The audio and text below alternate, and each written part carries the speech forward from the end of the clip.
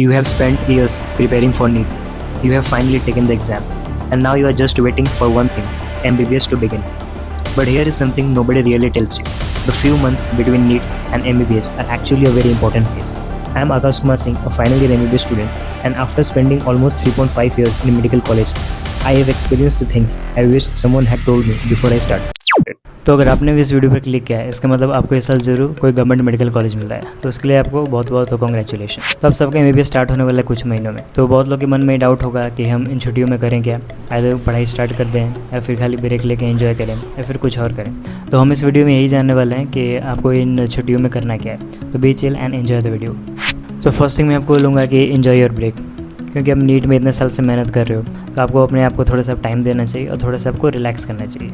अपना sleep time fix करो, family और फ्रेंड्स के साथ घूमने जाओ, कोई छोटा मोटा ट्रिप पे जा सकते हो, ट्रैवल करो और अपने हॉबीज़ को थोड़ा टाइम दो and take care of your physical health. Relax करने के बाद और एंजॉय करने के बाद आप कुछ टाइम दे सकते हो अपने स्किल्स को डेवलप करने के लिए, जो कि आपको आगे चल के MBBS में बहुत हेल्प करने वाला है। पहले आप अपने इंग्लिश कम्युनिकेशन पे थोड़ा काम कर सकते हो, क्योंकि आप जो MBBS पढ़ने वाले हो तो इंग्लिश में होने वाला है। अगर आप हिंदी मीडियम से थे या फिर इंग्लिश मीडियम में नहीं कोई और मीडियम में अगर आपको स्कूल या फिर आपका एजुकेशन हुआ है, तो आपको थोड़ा सा प्रॉब्लम आ सकता है। इसलिए ये टाइम में थोड़ा सा अपना इंग्लिश कम्युनिकेशन सुधार सकते हो, ताकि आपको बहुत अच्छे से पढ़ाई कर पाओ। तो सेकेंड थिंग मैं आपको बोलूँगा कि थोड़ा सा बुक रीडिंग स्टार्ट करो, क्योंकि MBBS जैसे स्टार्ट होगा आपको बहुत सारे मोटे मोटे बुक्स मिलने वाले हैं। तो आपको स्टार्टिंग में थोड़ा सा बुक्स पढ़ने का आदत होना चाहिए, क्योंकि अगर वो आदत नहीं हुआ तो फिर आपको आगे चल के बहुत प्रॉब्लम होने वाला है। इसलिए आपको थोड़ा थोड़ा बुक रीडिंग का आदत डालो। ऐसा नहीं कि आपको 2-3 घंटा बुक रीड करना है, लेकिन स्टार्ट कर सकते हो 15-20 मिनट डेली अगर रीड करोगे तो आपको थोड़ा थोड़ा आदत आएगा। तो सेकंड चीज़ मैं आपको बोलूँगा कि थोड़ा सा डिजिटल और कंप्यूटर स्किल्स आप सीख सकते हो, क्योंकि जब MBBS में जाओगे तो आपको सेमिनार्स, प्रेजेंटेशन ये सब देना होता है। तो ये सब के लिए आपको थोड़ा सा आना चाहिए कंप्यूटर और डिजिटल काम। तो उसके लिए आप ज़्यादा नहीं, बस थोड़ा सा कैनवा स्किल्स और पावर पॉइंट प्रेजेंटेशन इतना काफ़ी है। फिर मैं आपको बोलूँगा कि आप थोड़ा पब्लिक स्पीकिंग प्रैक्टिस कर सकते हो, क्योंकि आप MBBS में जाओगे तो आपको भर भर के वाइवा देना पड़ेगा, सेमिनार्स, प्रेजेंटेशन ये सब देना पड़ेगा। तो आपको थोड़ा सा अपना कॉन्फिडेंस बढ़ाना पड़ेगा, क्योंकि अगर आप ऐसा नहीं करोगे तो आगे चल के बहुत प्रॉब्लम होगा। तो थोड़ा सा पब्लिक स्पीकिंग, कुछ नहीं, बस आईने के सामने जाके कोई भी टॉपिक्स पे 5-10 मिनट आपको बोलना है, वैसे करके आपका आदत होगा। पांचों चीज़ों की सबसे इंपॉर्टेंट है, आपको थोड़ा सा अपना बेसिक लाइफस्टाइल स्किल सीखना पड़ेगा। जैसे आप MBBS कॉलेज में आने वाले हैं तो आपको तो मोस्टली हॉस्टल में ही रहना पड़ेगा, तो हॉस्टल में आपको बहुत सारा काम खुद से ही करना पड़ेगा। तो थोड़ा सा बेसिक कुकिंग स्किल्स अगर आप सीख जाओ, या तो मेस रहेगा, लेकिन हर टाइम मेस का खाना खाने नहीं होता है, आपको कभी ना कभी कुछ ना कुछ कुक करना ही पड़ेगा। तो उसके लिए आपको थोड़ा सा ज़्यादा नहीं, मामूली कुकिंग आना चाहिए और थोड़ा बहुत आपको साफ़ सफाई भी आना चाहिए। तो let's start with the most difficult and interesting subject first year, that is anatomy. तो एनाटॉमी में आपके बहुत सारे पार्ट होने वाले हैं। जनरल एनाटॉमी, फिर ग्रॉस एनाटॉमी सबसे बड़ा होने वाला है। उसके बाद हिस्टोलॉजी पार्ट, ऑस्टियोलॉजी पार्ट और अपना एम्ब्रायोलॉजी पार्ट। तो ये सब पार्ट होने वाले हैं आपके एनाटॉमी में। तो अगर आपको अभी स्टार्ट करना है तो अभी आपको ग्रॉस एनाटॉमी, तो मैं नहीं बोलूँगा कि ग्रॉस एनाटॉमी पढ़ना स्टार्ट कर दो, क्योंकि अभी आप पढ़ भी नहीं पाओगे और आपको अभी मज़ा भी नहीं आएगा पढ़ने में। तो अगर आपको स्टार्ट करना ही है तो आप स्टार्ट कर सकते हो जनरल एनाटॉमी के साथ। तो जनरल एनाटॉमी बुक है वो आप अभी पढ़ सकते हो। जैसे ही आपका फर्स्ट ईयर चालू होगा, आपको टाइम नहीं मिलेगा कि आप जनरल एनाटॉमी फिर आके पढ़ पाओ, क्योंकि ग्रॉस एनाटॉमी बहुत बड़ा है तो आपको टाइम नहीं मिलेगा।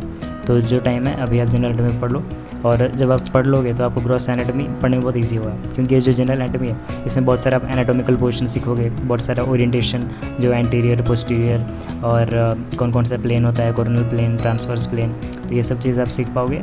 और जब आप ग्रॉस एनाटॉमी पढ़ोगे तो बहुत चीज़ें आपको पहले से ही मतलब समझ जाओगे क्या क्या स्टार्ट होगा। जनरल एनाटॉमी ये आपको ग्रॉस एनाटॉमी का बेसिक्स बिल्ड करने वाला है, तो ये पढ़ना बहुत ज़रूरी है। और जनरल एनाटॉमी बुक में आपको स्केलेटल सिस्टम, मस्कुलर सिस्टम ये सब जानने को भी मिलेगा, जो कि आपको ग्रॉस एनाटॉमी पढ़ने में बहुत मदद करेगा। और एनाटॉमी का तो स्टैंडर्ड बुक एक ही है, दैट इज़ ग्रेज एनाटॉमी, लेकिन ग्रेज एनाटॉमी हर कोई नहीं पढ़ पाता है, तो आपको अभी मैं अवॉइड करूँगा कि आप वो सब खरीदो।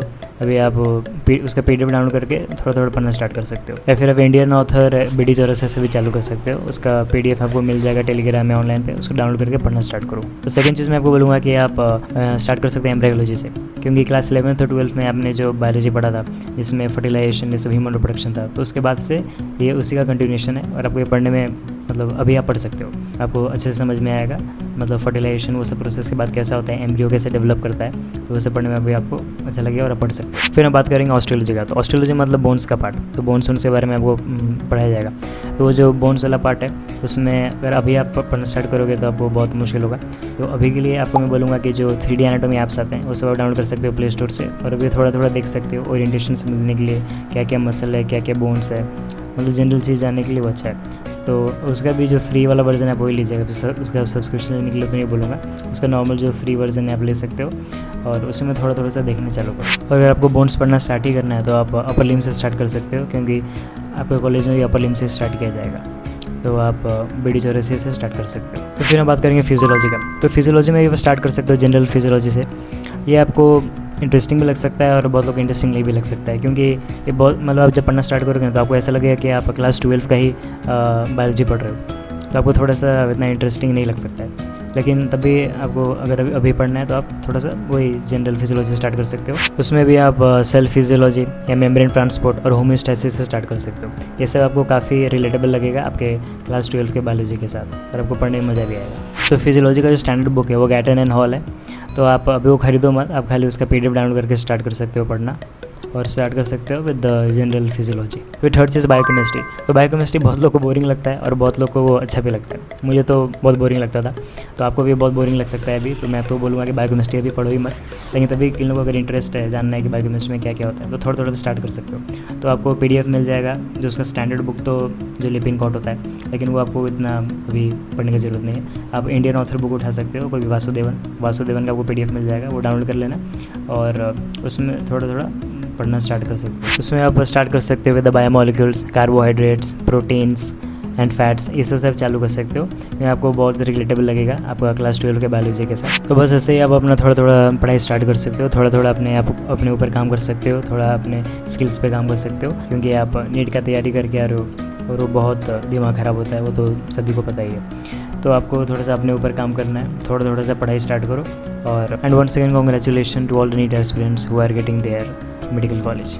तो लाइक और सब्सक्राइब कर दो ऐसे ही और वीडियोज़ के लिए। Thank you.